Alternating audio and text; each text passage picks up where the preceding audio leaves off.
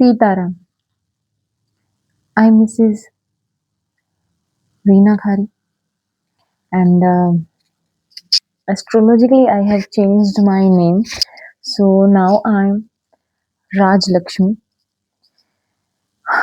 and this name changing was so much necessary for me because since my childhood बचपन से ही मुझे मेरा रीना नाम बिल्कुल पसंद नहीं है क्योंकि मुझे हमेशा से ये एक अर्थहीन नाम लगा है एंड नॉट ओनली मुझे ये अर्थहीन नाम लगा है जब तक ये नाम मेरे पास था आई could not be able to do the things as I want to do them.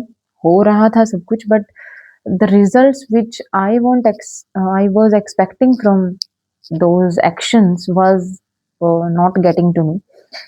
जब मैं खुद एस्ट्रोलॉजर बनी तो सबसे पहले मैंने खुद के लिए ही एस्ट्रोलॉजी सीखी थी क्योंकि मेरी लाइफ में जो इतना ब्लंडर चल रहा था ना I want to clear all the things कि ऐसा हो क्यों रहा है। तो बहुत सारी चीज़ें मेरे सामने क्लियर हुई जो आज तक शायद ज्योतिषियों ने कभी बताया ही नहीं था। देखो मैं किसी ज्योतिषी की बुराई नहीं करना चाहती हूँ, कोई गाँव में रह के पंडिताई करते हैं, ज्योतिषी बन जाते हैं, तो मैं उनकी बुराई नहीं कर रही। लेकिन हाँ, एक चीज़ है जो गलत के खिलाफ बोलना ज़रूरी होता है। शुरू से लेके मेरी फैमिली में एक ही चीज़ चली आ रही, जब भी कोई दिक्कत होती, मम्मी-पापा जो थे वो पापा तो शायद इतना बिलीव ही नहीं करते थे ज्योतिषीज़ में, मम्मी ही जाती थी तो पता करवा के आते थे, वो भी पापा भी मतलब मम्मी के कहने से चले जाते थे। तो हमेशा से एक ही चीज़ बोलते थे कि आपके पितृ नाराज़ हैं, आपकी फैमिली में पितृ दोष है, ये है, वो है। बट बड़े होते-होते आई रियलाइज़्ड कि वो सारा पितृ दोष आया ही मुझ पर है। बिकॉज़ फिर मुझे ये पता चला लेटली कि ट्विन फ्लेम्स जो होते हैं, वही अपने घर का, अपनी फैमिली का, अपने लिनिएज का सारा दोष कलेक्ट कर लेते हैं। या उन पे ही वो चीज़ आ जाती है। रीज़न ये होता है बिकॉज़ ट्विन फ्लेम्स जो है वो मोक्ष की यात्रा पर होते हैं और मोक्ष हमें पता है कि बिना आप सकारात्मक भावों के जैसे कि प्रेम, दया एंड सबसे बड़ी बात है acceptance for everything, acceptance of your karmas.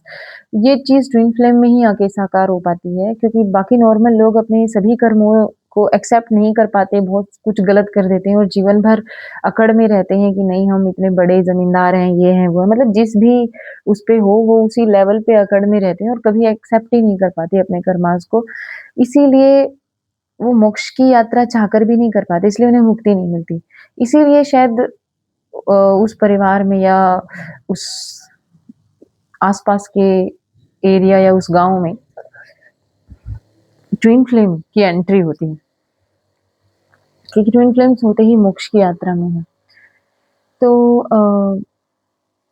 I thought कि मतलब इतना ज़्यादा पेन सबके साथ अच्छा-अच्छा करते-करते भी जब इतना ज़्यादा पेन झेला तो मुझे समझ नहीं आया और मैं ये भी समझ नहीं पाई इतनी बार पंडितों के पास जाने के बाद भी आज तक वो पितृदोष खत्म क्यों नहीं हुआ। सो मैंने एस्ट्रोलॉजी खुद करनी देखी और फिर मैंने देखा कि जब मैं एस्ट्रोलॉजर बनी और बहुत सारी चीज़ें मुझे पता चली, लग तो रहे थे वो लोग मेरी ही फैमिली के जो मुझे रोकने की कोशिश कर रहे थे, बट एक्चुअल में मुझे समझ में आया कि ये वही पास्ट एनर्जीज़ हैं, जिन्होंने आज तक कोई भी रियल फंडा या रियल चीज़ किसी को नहीं बताई ताकि वो खुद की लिनिएज को सुधार सके। हाँ, मैं किसी एक की गलती नहीं कहती क्योंकि जब मैंने एस्ट्रोलॉजर बन के अपनी फैमिली वालों को कुछ चीज़ें बतानी चाहिए कि ये चीज़ें ठीक कर लो, इनकी वजह से सब कुछ हो रहा है, they denied to do all that.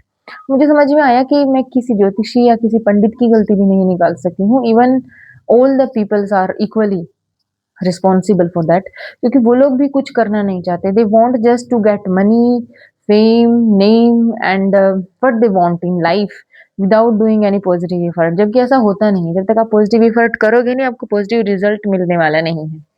जैसे इस पिक्चर में ही देख लो, you can see all the flowers.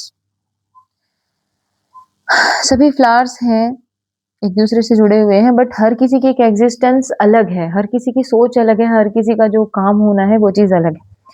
तो मैंने एक्सेप्ट किया कि मुझे अब नॉर्मल लोगों जैसी चीज़ें ना मुझसे हो पा रही हैं, I have tried a lot और ना मुझे अब करनी है।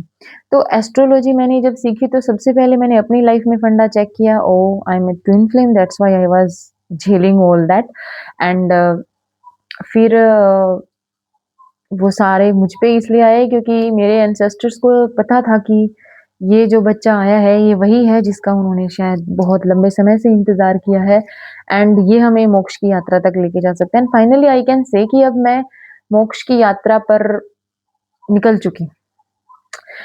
क्योंकि आपकी इनर जो इंट्यूशन है ना, वो आपको गाइड करती रहती है। पास्ट में मुझे ये लगता था कि मैंने सब कुछ अच्छा-अच्छा किया है, अपना पतिव्रत धर्म निभाया, फलाना-ढिमकाना बट फिर भी why I am suffering so much?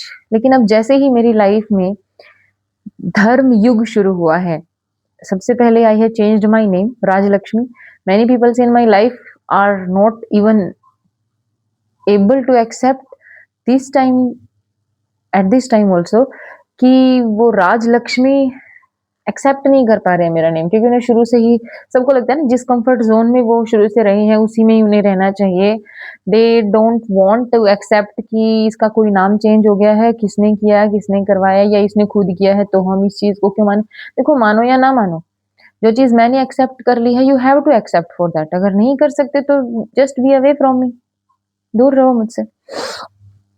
क्योंकि जो लोग मेरे सत्य को स्वीकार नहीं कर सकते, they don't belong to me in any वे।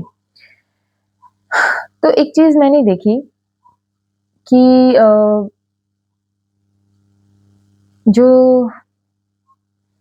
अ, मेरा नाम है राजलक्ष्मी, इसके चेंज होते ही बहुत सारे पॉज़िटिव चेंजेज़ जो हैं वो मेरी लाइफ़ में आए हैं।